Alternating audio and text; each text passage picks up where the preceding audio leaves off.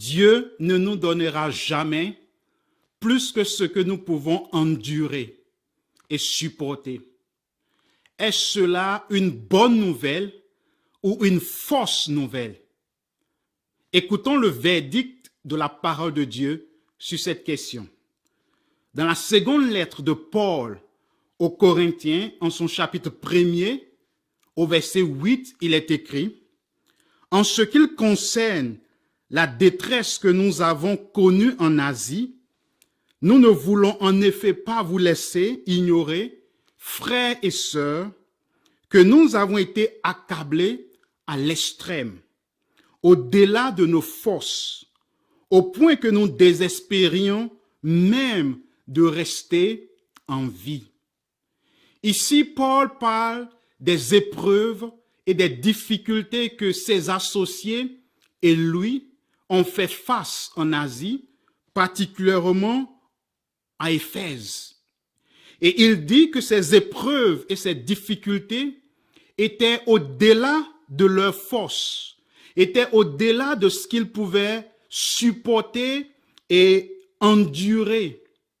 C'était tel qu'ils étaient si accablés, si impuissants, qu'ils ont pensé même que leur fin était proche.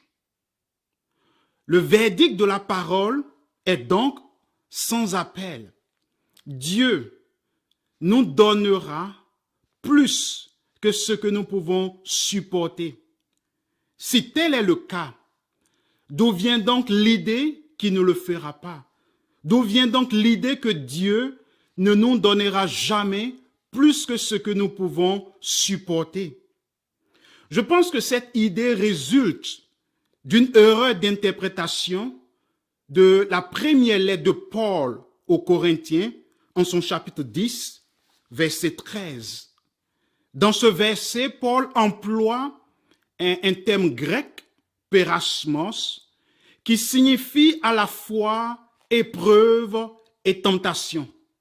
Cependant, le contexte immédiat du chapitre 10 nous permet de comprendre et de savoir que Paul avait tentation à l'esprit lorsqu'il écrivit aux Corinthiens et pas épreuve, comme certains le croient. Si donc Dieu permet des situations et des épreuves au-delà de nos forces et de nos ressources, pourquoi le fait-il? Le verset 9 de la première lettre, de la seconde lettre au chapitre 1er que nous avons lu déjà, le verset 9 nous donne la réponse.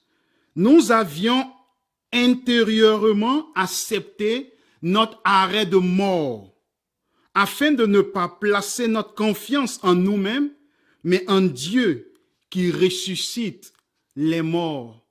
Voilà une des raisons pour laquelle Dieu permet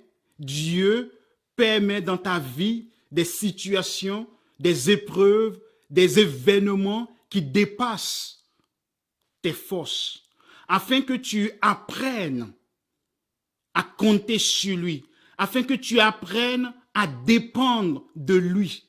Et il utilise ces situations dans notre vie et dans ta vie pour te faire progresser dans la foi et dans la dépendance envers lui.